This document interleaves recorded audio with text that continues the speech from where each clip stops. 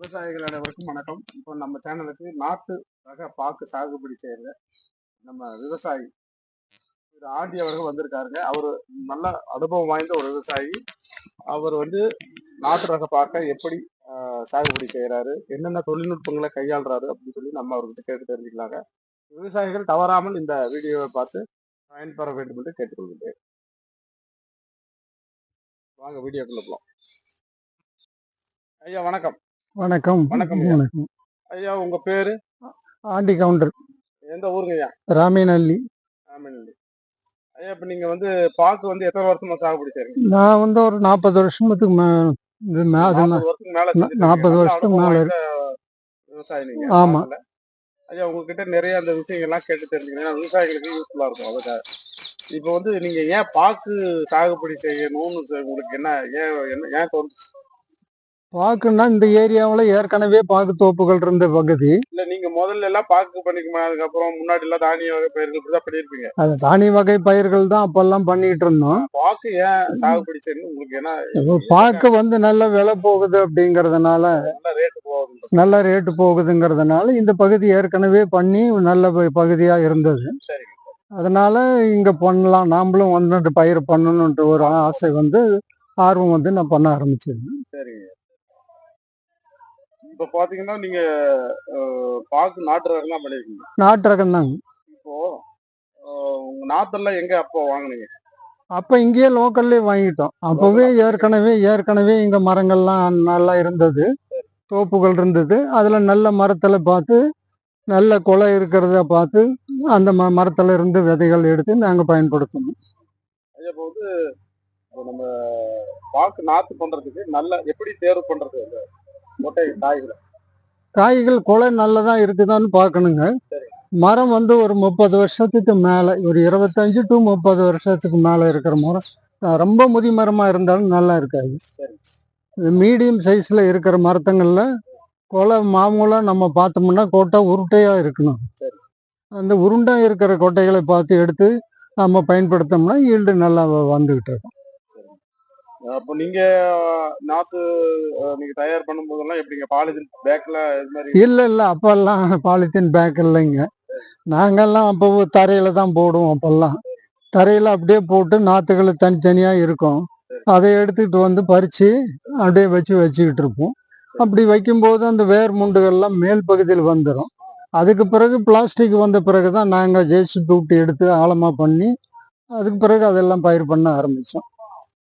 JCB விட்டு நீங்க அந்த ஜேசிபி போடும்போது அந்த குழிகள் சைஸ் எவ்வளவு எடுத்துக்கீங்க? நாங்க அந்த குழி சைஸ் ஒரு அடிக்கு ஒரு அடி எடுத்தா போதும். ஒரு அடிக்கு ஒரு அடி எடுத்துட்டு இல்ல அவ்வளவுதான் எடுப்பேன். அது கீழே மறுபடியும் அந்த நாத்து நடவுக்கு அது கீழே மறுபடியும் ஒரு 3/4 அடி எடுப்போம். அப்போ 1.5 அடி ஆயிடும். அது போல இருக்குங்க. வேர் முண்டுகள் வெளியே வராது. ஜேசிபி விட்டு எடுத்தது. அதனால இதெல்லாம் போயிட்டு கண்ணுங்க ஒரு சிலது வச்சிருக்கிறது வேறு வெளியில வந்திருக்கும்.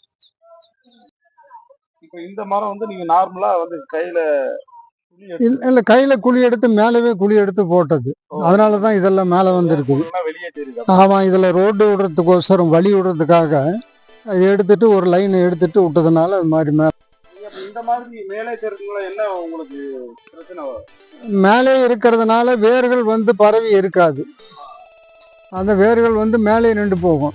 நமக்கு பூமியில இருக்கிற சத்தை எடுத்துக்கிறதுக்கு உண்டான வாய்ப்புகள் குறைவா வரும். அடுத்தது காத்து அடிச்சதுன்னா, மழை காலங்கள்ல காத்து அடிக்கும் போது காத்து அடிச்சதுன்னா மரம் சாஞ்சிரும். மரம் சாயறதுக்கு வாய்ப்புகள் இருக்குது. ஆமா, வேறுன்னா ரொம்ப ஆழமும் தேவையில்லை. 1.5 அடி ஒரு அடியில் நாம எடுக்கிறோம்.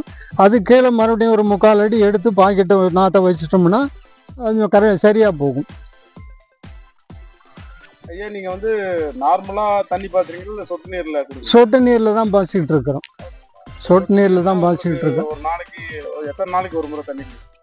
நாங்க ஒரு வாரத்துல ஒரு நாளைக்கு தண்ணி கொடுக்குறோம். வாரம் ஒரு நாளைக்கு 7 நாள் 6 நாள் அல்லது 7 நாள். வெயில் காலமா இருந்தது வெயில் காலமா இருந்ததுனாக்கள் 2 நாள் 3 நாளைக்கு ஒரு தடவை தான் அங்க கொடுக்க முடியும். இப்போ வந்து இடைவெளிக்கு வந்துடலாம். இப்போ குழி வந்து எடுக்கிறது எப்படின்னு சொன்னீங்க. குழி எத்தனை சைஸுங்க? குழி வந்து நாம நார்மலா ஒரு அடி தான் எடுக்கணும். ஒரு அடி பக்கெட், சின்ன பக்கெட்டை போட்டோம்னா அது ஜேசிபியில் சின்ன பக்கெட்டை போட்டு எடுத்துக்கிறோம். அதுக்கு கீழே மறுபடியும் நாம் பறித்து பாக்கெட் நாற்றை பறித்து அது கீழே நம்ம வச்சுக்கிறோம். 7 அடிக்கு 7 அடி நாம் மார்க் பண்ணுறத நம்ம முன்னாடியே நமக்கு நிலத்தை வந்து எப்படி என்ன பரப்பளவு இருக்குதுன்னு பார்த்துக்கணும். அந்த பரப்பளவை பார்த்துக்கிட்டு 7 அடிக்கு 7 அடி லைன் போட்டுக்கணும். முன்னாடி மாவு வெள்ளை மாவாக இருக்கிறது லைனாக போட்டோம்னா நமக்கு அளவு கரெக்டாக வரும். அப்போ நம்ம எடுத்துக்கிட்டு வைக்கும்போது எந்த பக்கம் பார்த்தோம்னாலும் ஒரே மாதிரி இருக்கும், லைன் ஒரு மாதிரியே வரும். வந்து இடைவெளி வந்து 7க்கு 7 கொடுத்துருக்கு. 7க்கு 7 கொடுத்துருக்குறோம். முதல்ல ஒரு 2-3 வருஷத்துக்கு முன்னாடி செடியா இருக்கும்போது நீங்க நிழலுக்காக என்னென்ன பண்ணீங்க? நிழலுக்காக வாழை வச்சிருந்தோம். வாழை வச்சிருந்தோம். வாழை மட்டும்தான் வச்சிருந்தோம். ஆமா. எத்தனை வருஷம் வச்சிருக்கீங்க சார்? அது ஒரு 2 வருஷம் இருந்தா போதுமானது. அதிகமாக நாள் இருந்ததுன்னா வாழை வந்து சத்து எடுத்துக்கும். மரத்துக்கு வந்து சத்து கிடைக்காது. ஆமாம், 2 வருஷம் இருந்ததுன்னா போதுமானது. நிழலுக்காக அந்த மரம் வந்து வெயில் காலத்தில் பட்டு போகாமல் இருக்கிறதுக்காக. தென்மேற்கு மூலையிலையும் மேற்கு மூலை. ஆமாம், அது இந்த வெயிலில் மே மாதத்தில் வெயில் வருது இல்லைங்க, கடுமையான வெயில் இருக்கும். இந்த கத்திரி வெயில்னு சொல்லிட்டு 20 நாளைக்கு இருக்கும். அப்போ இந்த மரமெல்லாம் வந்து மேல் பகுதியில் வந்து ரொம்ப மெதுவானது பட்டு போயிடும். பட்டு போன உடனே மரம் கொஞ்சம் நாள் ஆச்சுன்னாக்கில் ஒரு 2 வருஷம் கழித்து மரம் வந்து உடஞ்சி விழுந்துடும். இந்த பாதி மரத்தில் வந்து உடஞ்சி விழுந்துடும். அதுக்காக அது ஒரு பாதுகாப்புக்காக அந்த வெயில் படாமல் இருக்கிறதுக்கு அந்த பக்கம் வச்சுருக்கிறோம். சில ஆமாம் சவுக்கு வச்சுருக்கிறோம். சில மரத்தில் வந்து அது இடைவெளி 3 அடிக்கு வச்சுருக்குங்க. 3 அடிக்கு ஒன்று. ஆமாங்க. இந்த கலை மேலாண்மை பத்தி நீங்க கொஞ்சம் சொல்லுங்க. களைக்கொல்லி பயன்படுத்துறீங்களா இல்லையா? களைக்கொல்லியே நான் இன்னும் இது நாள் வரைக்கும் பயன்படுத்துறதே இல்லை. சரிங்க, நல்லது. இந்த சரைகளை எல்லாம் நாங்கள் துண்டு துண்டா வெட்டி போடுறோம். அது மாதிரி போடும்போது களை வர்றதுக்கு வந்து குறைவா இருக்குது. இந்த மாதிரி மூடாக்கு மல்ச்சிங் மாதிரி போடுறோம். ஆமா, களை வர்றதும் இல்லை. தண்ணி ஈரமும் பாதுகாக்குது. அடுத்தது நமக்கு வந்து அது மக்கி போய் அப்படியே எருவா ஆகிறதுக்கும் பயன்படுது. அதனாலதான் அதை நாங்கள் அது மாதிரி பயன்படுத்துறோம். இப்போ மேனுவலா இப்போ ஆட்களை வச்சியும் களை எடுக்கிறீங்களா? ஆட்களை வச்சு தான் களை எடுக்கிறோம். அதை எவ்வளவு நாளைக்கு ஒரு முறை பண்றீங்க? நான் வந்து ஒரு 2 மாசத்துக்கு ஒருக்க பண்ணோம். 2 மாசத்துக்கு ஒரு முறை ஆட்களை வச்சு எடுத்து ஆளுங்களை வச்சு எடுத்துப்போம். ஏன்னா நம்ம களை ஜாஸ்தி வர்றதில்லை எனக்கு. அதனால களை வராதனால நம்ம சிம்பிளா 4 ஆள் 5 ஆள் இருந்ததுன்னா போதும், எடுத்துருவோம். நான் மிஷின் எல்லாம் எதுவும் யூஸ் பண்றது இல்லை. மிஷின் வந்து வருஷத்துக்கு ஒரு தடவை டில்லர் விட்டு ஓட்டுவோம். அப்போ வந்து எருவு பயன்படுத்துவேன். இயற்கை உரங்கள் இன்னும் நான் பயன்படுத்துனதே இல்லை. சரிங்க. இப்போ என்ன எருனா எந்த மாதிரி எருவு? ஆட்டு எருவு அதுதான் மேக்சிமம் போடுவோம். வெள்ளாட்டு எருவு. ஒரு செடிக்கு ஆட்டு எருனா எவ்வளவு கொடுப்பீங்க டோஸ்? செடிக்கெல்லாம் நான் கொடுக்க மாட்டேங்க. அப்படியே வரப்புல வந்து எல்லாத்துக்கும் விதைச்சிருவோம். அது எவ்வளவு கொடுப்பீங்க? அப்ப அது வந்து ஒரு 5 டன் 6 டன் கொடுப்பேன். ஒரு ஏக்கராவுக்கு 5-6 டன் கொடுப்பேன். ஒரு வருஷம் கோட்டமுத்து புண்ணாக்கு கொடுப்போம். இன்னொரு வருஷத்துல கள்ளக்குட்டை புண்ணாக்கு கொடுப்போம். அப்புறம் எருவு ஒரு வருஷம் கொடுப்போம். அப்படி மாத்தி கொடுத்துட்டு இருக்கோம். அது எப்போ கொடுக்க ஆரம்பிச்சீங்க? ஃபர்ஸ்ட் கொடுக்குறீங்களா இல்ல வருஷம் கொடுக்குறீங்களா? ஒரு 2 வருஷம் கழிச்சு வருஷம் கொடுத்துருவோங்க. வருஷம் ஜனவரிக்கு பிறகு கொடுத்துருவோம். ஆமா, இயர்லி ஜனவரிக்கு பின்னாடி வருஷம் கொடுத்துருவோம். இந்த அறுவடை வந்து ஜனவரியில முடிஞ்சிடும். முடிஞ்சிட்ட பிறகு இதெல்லாம் இந்த சருவெல்லாம் அப்படியே செத்து போகும், செத்து போயிடும். அப்போ நான் உழவு ஓடுறதுக்கு முன்னாடி அதெல்லாம் விரைச்சி விட்டு மரத்துக்கிட்ட வைக்க மாட்டோம். நாங்கள் இப்படி இதில் தான் போடுவோம். மரத்துக்கிட்ட வச்சு அது பிரயோஜனம் இல்லை. வேரெல்லாம் மத்தியில் தான் இருக்கு. அதனால இந்த மத்தியில் மட்டும்தான் நான் போடுவேன். போட்டு அது நான் உழவு ஓட்டிட்டோம்னா உழவுல வந்து உள்ளார மறைஞ்சிட்டு அதுக்கு பிறகு சொட்டு நீர் பைப்பு இழுத்து விட்டு தண்ணி விட்டோம். சரி. ரசாயன உரங்கள் ஏதாவது பயன்படுத்துறீங்களா? ரசாயன உரம் இன்னும் பயன்படுத்தவே இல்லைங்க. சுத்தமா எல்லாமே 100% இயற்கையா தான் பண்ணிருக்கீங்க. ஆமா ரசாயன உரம் நான் இன்னும் பயன்படுத்தவே இல்லை. இப்போ வந்து அடுத்து நோய் மேலாண்மை வரும். பூச்சி நோய் ஏதாவது தென்படுதுங்களா? அது என்னென்ன மாதிரி நோய்கள் வருது? பூச்சிகள் வருது. மரத்துல வந்து இந்த குருத்து வந்துங்க ஏதாச்சும் ஒரு இந்த வண்டு அடிச்சு எங்கேயாச்சும் ஒவ்வொரு மரம் தான் இருக்கு, எல்லா காவலையும் போகாது. அந்த மரத்துல குருத்து அடிச்சுன்னா போயிடும். அதுக்கு வேற மரம் நாம அதுக்கு மருந்து அடிக்கிறதுக்கு வாய்ப்புகள் இல்லை. அதனால அது பக்கத்தாலேயே வேற ஏதாச்சும் ஒரு கண்ணு வச்சிட வேண்டியதுதான். ஓ, அதுக்கு பதிலா நீங்க பக்கத்துல ஆமா ஆமா ஆமா. வேற எந்த மாதிரி நோய்கள்லாம் தாக்குறீங்க அது? இந்த வேர்ப்புழுவுன்னு சொல்லிட்டு காளான் மாதிரி மரத்துக்கு வேருக்கு அடியில இருந்து வரும். சரி அது வந்து நமக்கு தெரியாது. சரி அது தெரியாது இருக்கிறதுனால அது எங்கேயாச்சும் ஒரு மரத்துல வந்த உடனே அது அப்படியே அந்த மரம் வந்து மேலே குருத்து பூராவும் காஞ்சி காணாம போயிடும். அடுத்தது இதெல்லாச்சும் ஒவ்வொரு மரத்தில் ஏதாவது மருந்து யூஸ் பண்றீங்களா? மருந்து எதுவும் இல்லைங்க. சுண்ணாம்பு வேணா சுண்ணாம்பு தண்ணி வேணா ஊற்றி விடலாம். ஓ, அப்படிங்களா? சுண்ணாம்பு தண்ணி, சுண்ணாம்பு கரைசல். ஆமா சுண்ணாம்பு தண்ணி அதை ஊற்றி விடலாம். அப்பவும் வந்து நமக்கு மேலே காயும் போது தான் தெரியும் மரம். அந்த சோகைகள் வந்து காயும் போது தான் நோய் தாக்கி இருக்குதுன்னு தெரிஞ்சுக்க முடியும். அதுக்கு இடையில வந்து தெரிஞ்சுக்க முடியாது. அது எங்கேயாச்சும் 1 2 தான் இருக்குமே தவிர மற்றது எல்லா மரத்துலையும் வராது. அதே போல மரத்துல வெடிப்பு வரும்.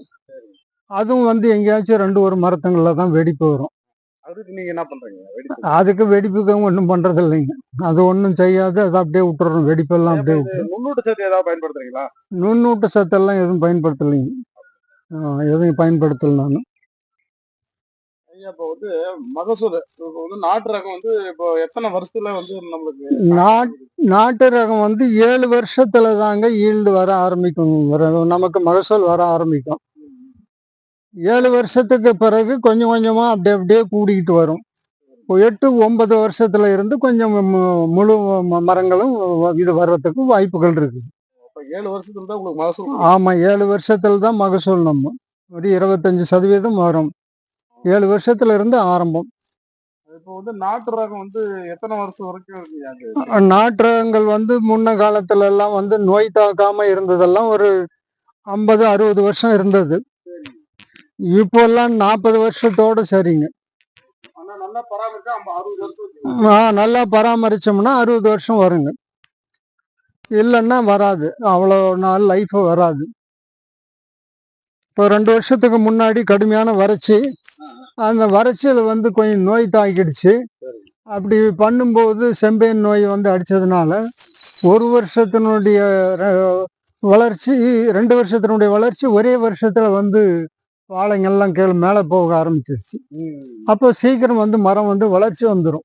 வளர்ச்சி வந்ததுனாக்கள் நமக்கு ஈல்டு கிடைக்கிறது இல்லை, அது குறைஞ்சி போயிடும். சரிங்க. அப்போ இப்போ லாஸ்ட் மே மாசம் ரொம்ப கடுமையான வறட்சி நிலவிடுது. அப்போல்லாம் நீங்க செடிகளை எப்படி மரங்களை பராமரிச்சீங்க? மே மாசத்துல தான் சொட்டு நீர்ல தான் பயன்படுத்துறோம். இந்த சரகங்களை போட்டு நாங்க அப்படியே வச்சுட்டு மூடி விட்டு பயன்படுத்திடுறோம். லாஸ்ட் மே வந்து ரொம்ப கடும் வறட்சி. அப்போ வந்து நிறைய வந்து போயிடுச்சு, எல்லா விவசாயிங்க சொல்றாங்க. ஆனா நீங்க எப்படி பராமரிச்சீங்க அது? நான் தண்ணி விலைக்கு வாங்கி ஊற்றி சொட்டு நீர்ல, ஆமாங்க சொட்டு நீர்ல அப்படியே மோட்டர் வச்சு ஓட்டணும். அப்ப தண்ணி வந்து வேற இடத்துல இருந்து டிராக்டர் ட்ரம்ல வந்து லாரிங்களில் ஓடிட்டு வந்து அது ஒரு 2 லட்ச ரூபாய்க்கு பக்கம் செலவு பண்ணி பண்ணேன், காப்பாற்றி வச்சோம். 2 வருஷத்துக்கு முன்னாடி வந்து வறட்சியில் இப்போ காப்பாற்றி வச்சேன். அது வந்ததுனால தான் ஹைட்டாக போயிடுச்சு மரம். இல்லைன்னா எனக்கு இன்னும் கூலையாக இருந்திருக்கு மரம். இப்போ நீங்க ஊடு பயிர் எதுவும் பண்ணலையா? ஊடு பயிர் ஒரு தடவை 2 தடவை ஒரு தடவை நான் பண்ணுவேங்க. தக்க பூண்டு விரைப்போம், சனுப்பம் விரைச்சி விரைப்போம், இல்லைன்னா கொள்ளு விரைச்சிக்கிட்டு இருப்போம். அது எப்பயாச்சும் ஒரு தடவை மரம் கூலையாக இருக்கும்போது தான், மரம் கம்மியாக இருக்கும்போது தான், 5 6 வருஷத்துல இருக்கும்போது பண்ணோம். ஐயா, இப்போ வந்து ஒரு ஏக்கர்ல ஒரு வருஷத்துல எவ்வளவு நீங்க வருமானம் எதிர்பார்க்கலாம்? ஒரு ஏக்கர்ல வருமானம் 5 லட்ச ரூபா பார்க்கலாங்க. சரிங்க. அந்த 5 லட்ச ரூபாயில நாமளே முழுசா எடுத்துக்கிட்டோம்னு சொன்னா வராது.